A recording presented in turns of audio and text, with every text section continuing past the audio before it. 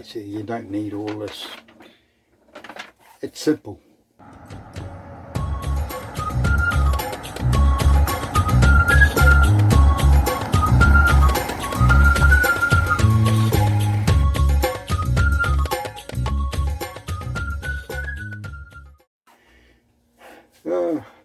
Welcome to another week, getting closer towards Christmas here in New Zealand, and looking forward to the lovely summer days.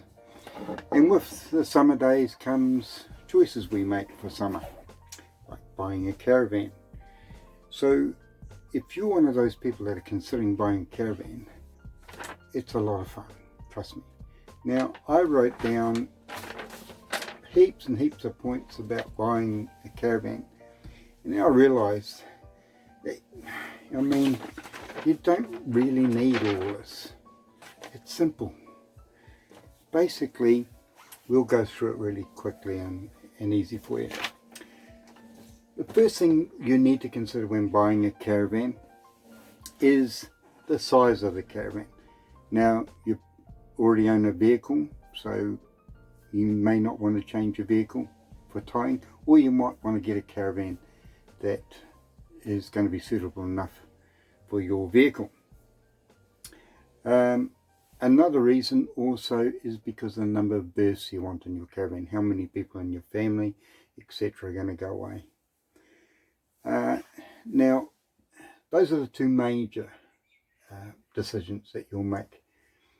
Now, when it comes to making that final decision, one of the things that people get confused about is the regulations regarding towing a caravan. And in New Zealand it's very, very simple. There aren't any, except for one very basic one. Now, this is directly from the NZTA website, and I'll just cover the very basics for you. Now, they say the maximum length you're allowed to tow is 22 metres. It's quite long. Height 4.3 metres.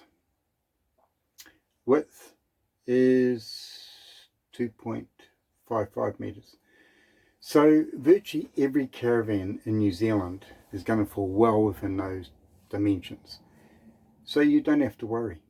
The law does not require the towing ratings to be followed. They are only a recommendation. That's all right.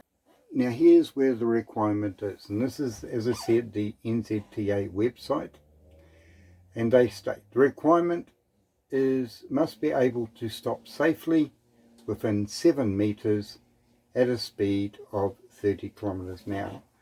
Now let me repeat that. The requirement is you must be able to stop within 7 metres at a speed of 30 kilometres an hour. Obviously when towing the caravan. This means that the weight will be governed by the braking ability of the towing vehicle, and that's why it's done like that. So that's the major thing out of the way. Now, the next thing to consider is, okay, you need to look at the construction of the caravan. Some caravans are built with a lot of joins in them, in the exterior, and some of them have straight walls, ceilings with apex framing. All these sort of things are joins which can leak and cause problems further down the track. You may want to consider looking at caravans that have as little joins as possible for leaking, because they do get towed across all sorts of roads, bumped around all over the place, sometimes stored outside, and the last thing you want to do is have a rotting caravan. So just consider the construction. I think I showed you, like, we've got a Lilliput, and that's one of the reasons why we went for the Lilliput, because the construction was a fiberglass and there were no joins. The roof was all one piece, one mould, all the way down to the very bottom, so that eliminated a lot of leaks. Doesn't mean to say that we don't have leaks. In fact, we do, but you just want to eliminate those.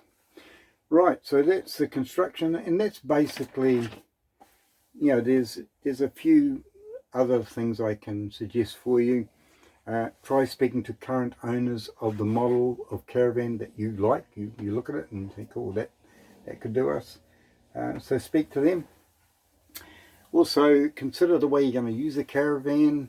Are you know, the layout, is it going to suit you? Do you want the bed in the back, or in the front, or in the middle? A shower somewhere, or no shower, whatever you want. Awnings, what type of awnings you want. Whether you just want a porch awning, or whether you want to carry several options of awnings.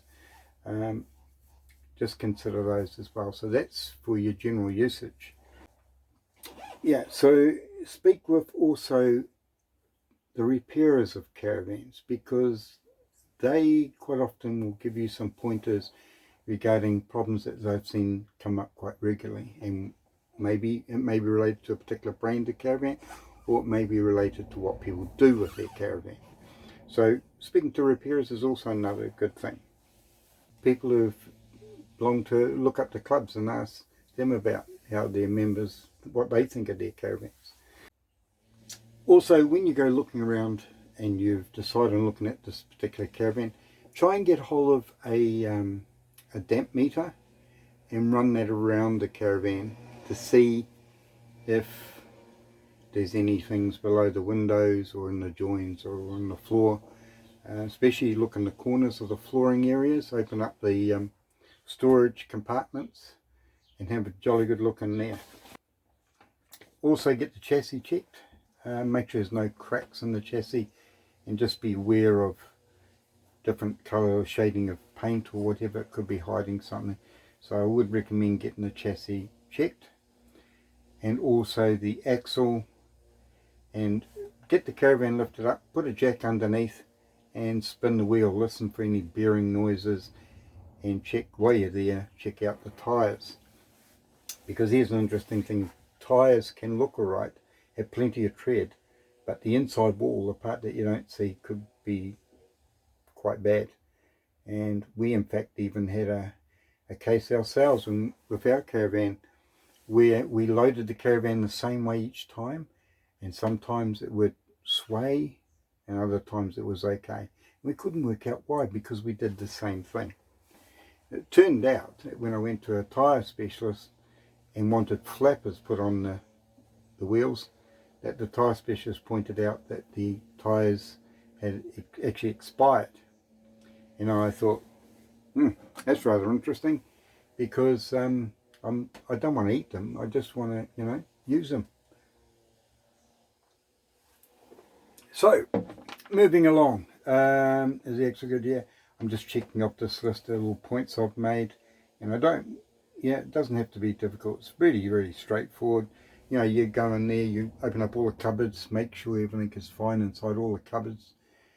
Check the electrical, make sure all the lights are working fine, your fridge, and check the gas and make sure that the gas is okay as well.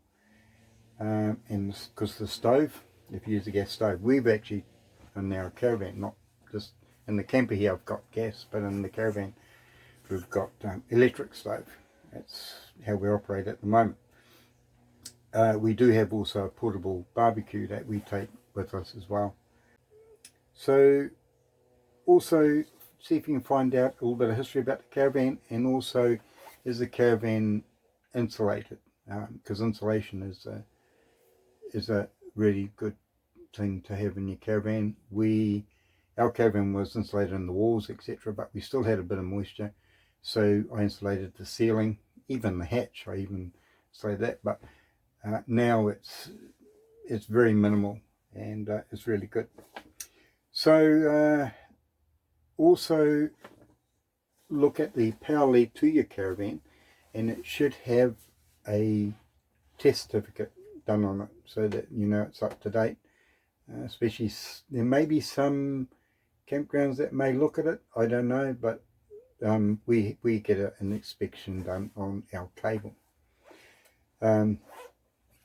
Also on the cable, if you are going to plug it into a house, make sure you use a separate fuse box. Don't cut the wire and put a 3-pin plug on and run it into your house, because the fusing from a caravan into the house and vice versa is different, and there has been reports of fires as a result of that. So always use a separate switch panel. It's got its own switch on, and you plug your caravan, the other end of your caravan lead, into that box, and then that box into the house.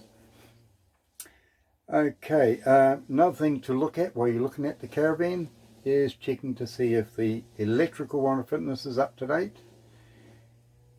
Also, the warrant of fitness is up to date, and what they'll check for that is your chassis, your wheel bearings, your tyres, and also your lights, your external lights, to see if they're working okay. Obviously it's got to be registered from the road, and also another thing to consider is if you're going to use your caravan for freedom camping a lot, is check to make sure that the self-containment certificate is up to date. So I think that's about it. Yeah, I've just got to, it's not difficult at all. So that's when you're going looking for your caravan, and after that later on I'll do a video of, once you bought your caravan, the next step to make life easy for you and your caravan experience. And believe you me, it's very easy. Even things like backing can be made so easy. You'll have a lot of fun, and we look forward to seeing you somewhere out on the road. And if you do see us, do pop by and say hello. So in the meantime, we'll say happy caravanning, happy adventures, and we'll see you here soon. Bye for now, and don't forget to hit the like and subscribe button and click on the old bell so that you get updates as we go. So cheers for now.